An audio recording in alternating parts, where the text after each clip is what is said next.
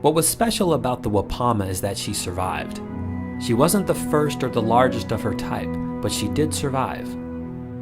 One of hundreds of wooden steam schooners transporting goods along the west coast of the United States, she was built to be temporary, working for just a few hard years before being dismantled and recycled. This was the life of a wooden steam schooner in the early 1900s.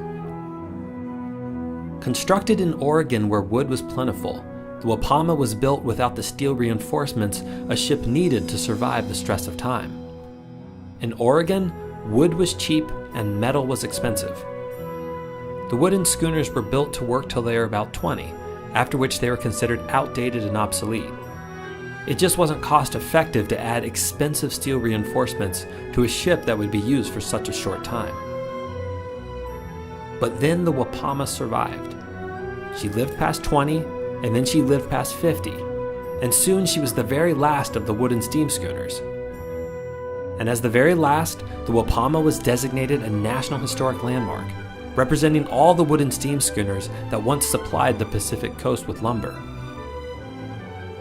Over the years, various preservation techniques were used to keep her operational, but the structural design that made her unique as a National Historic Landmark would also prove her undoing. The large Douglas fir she was constructed from was notoriously prone to dry rot, and the shallow hull that allowed her to enter coastal ports for trade also put intense stress on her wide wooden frame. Without the steel reinforcements, the wooden keel was slowly bending the Wapama out of shape and towards an eventual collapse. Acquired by the National Park Service in 1977, the Wapama found a home at the San Francisco Maritime National Historical Park, where thousands would visit her. But the temporary nature of her construction would haunt the park's ability to protect her. How do you preserve a structure that from the very outset wasn't designed to last?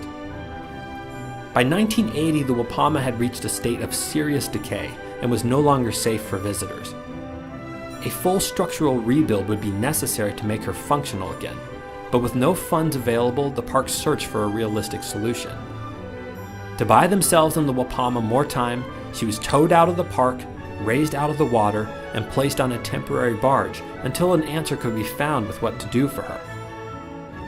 And there she rested for the next 30 years, as the park attempted to find the answer for how to save the Wapama.